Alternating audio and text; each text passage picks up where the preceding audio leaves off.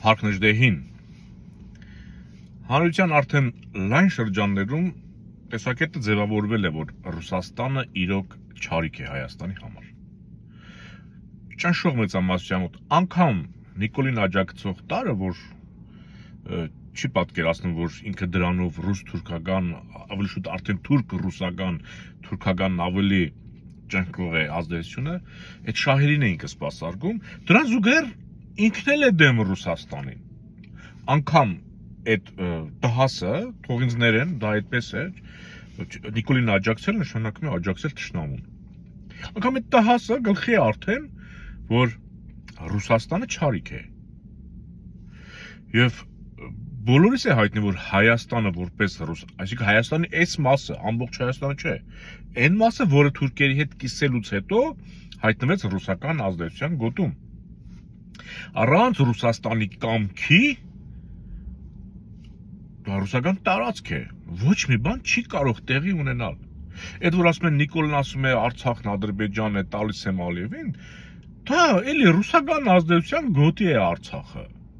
Եթե Ռուսաստանը չուզենար Արցախն Ադրբեջան դառնար իր ազդեցության գոտին, Նիկոլը որքան էլ սրտանց ուզենար Արցախը տար, Ռուսաստանը թույլ չէր տա։ Հասկանում եք, դա իր ազդեցության, Ռուսաստանը ուզում է ամբողջ աշխարհին տիրի։ Ինչի պետք է Արցախը տար, ասենք թուրքերին։ Հասկանում եք։ Այսինքն Նիկոլը չէ, որ Արցախը տալիս է, չնայած ինքը ստոր արարած է, համաձայնվել է, բայց էլի ասեմ Ռոբերտն էլ նույն բանը կաներ, Պուտինի պարտադրանքով Սերժիկն էլ կաներ, եւ Նիկոլն էլ արեց։ Այսինքն Արցախը թուրքերին հանձնելու կամ այսօր էլ ամբողջ Հայաստանն է դրված այդ ծրագրի մեջ, որ տան թուրքերին, որ ռուսները օգտվեն թուրքական ծառայություններից, աջակցությունից, դա բոլորը Ռուսաստանի ցանկություն է։ Ուղղակի իշխանություններն էլ հպատակ են, իրենք այդ ռուս-թուրքական արկ ու վաճառքը կազմակերպում են, նախկինները եւ ներկաները համատեղ, որտեղ մեր ներկաների բազան ռազմական կլինի, մասնագետները նկատի ունեմ, բոլոր մեծամասամբ նախկինների կադրերն են, գեներալները, որ ճնշող մեծամասնությունը, Նիկոլը թամամ գեներալը չի տվել այդպես, մի երկու հոգու տվեց ներքին գործերի, մեկ էլ ազգային անվտանգության, չէ, հանեց, կարճ ժամանակ հետո։ Այսինքն բոլորս գիտենք, որ Հայաստանում եթե մի բան փոխվում է, կլինի շրջադարձային, կլինի ընթացային, առանց Կրեմլի համաձայնության, ես կասեի ծրագրի, դա տեղի չունենա, ուզում է հոկտեմբերի 27 լինի, ուզում է մարտի 1 լինի, հասկանում եք, ուզում է 18 թվի Նիկոլին իշխանության բերել լինի, հասկանում եք, եթե Կրեմլից չասեին Սերժիկ, դու ասա Նիկոլը ճիշտ էր, ես սխալվեցի, Սերժիկը պայքարել էր, եթե Նիկոլը լիներ Կրեմլի հակառակորդը։ Բայց տեսանք Նիկոլն գավ եւ շատ թեթև առանց խղճի խայտ զգալու Արցախը դարձրեց ադրբեջանական։ Հասկացանք, կարճ ժամկետով, իրենց պատկասում հավերժ, բայց կարճ ժամկետով։ Ուրեմն հայաստանյան պատմության մեջ միակ դեպքն է, որ Ռուսաստանի հսկողությունից դուրս է եղել, դա Սասնա-Ծռերի ապստամբությունն է, որի դատավարությունը մինչև որը շարժումն է, որի պատճառով հետևանքով կալանավորվածներ կան։ Հասկանում եք, չէ՞։ Այս պահին Սասնա-Ծռերից 13-14 մարդ բանտում են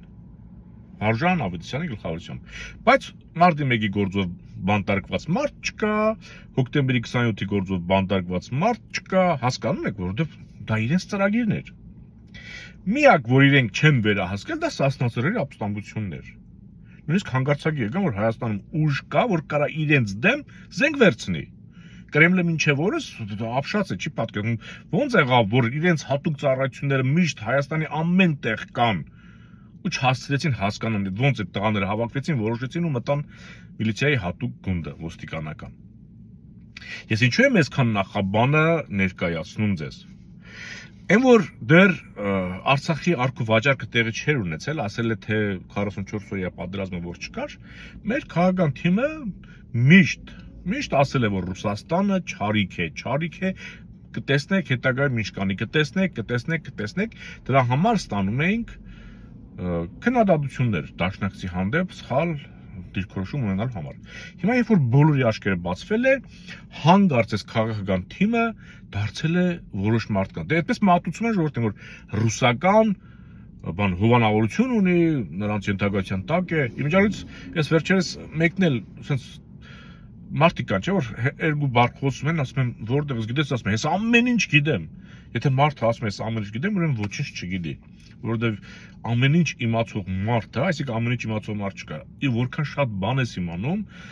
ուղեղդ այնքան լավ պատկերացնում է, որ դու շատ քիչ բան գիտես, աշխարհում ավելի շատ բան կարող է լինել, էլի, բոլոր առումներով։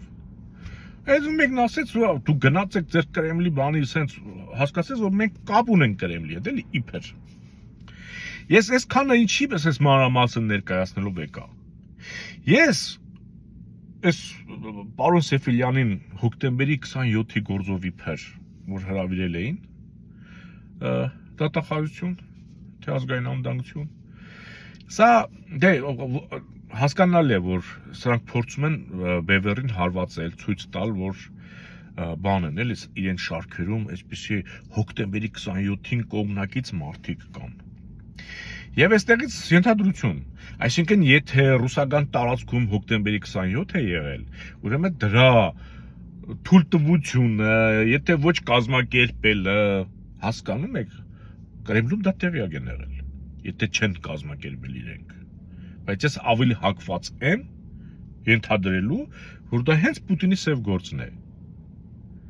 Եվ Ժիրար Սեֆիլյանի այդ զանգը, այդ մթամ, սպիսի բան է ասել, ուզում են զուգահեռ դնել, որ ասեն, եւ Կրեմլին էր ձեռնտու հոկտեմբերի 27-ը, դες Կրեմլը կազմակերպել էր, եւ Ժիրար Սեֆիլյանի սրդով էր։ Այսինքն ուզում են ասեն, այս ռուսներն ու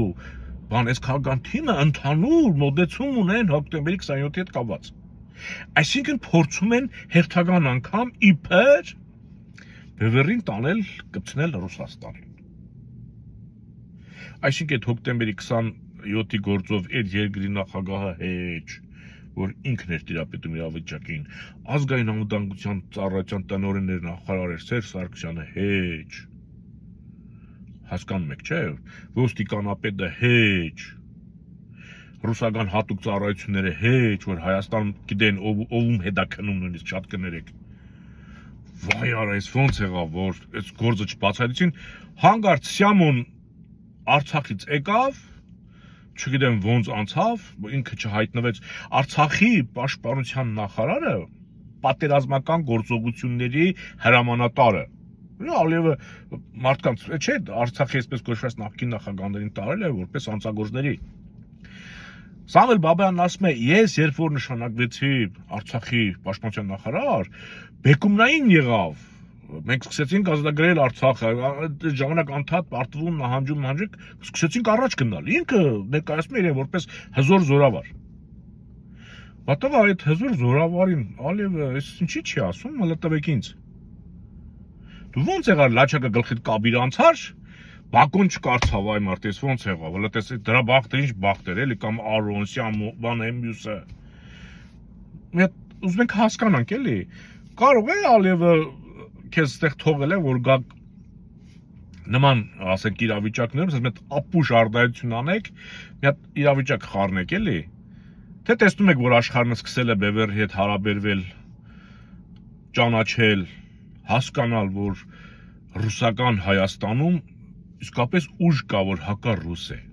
Ուզում եք խառնեք, որ ժողովուրդը գլխի չլնեն։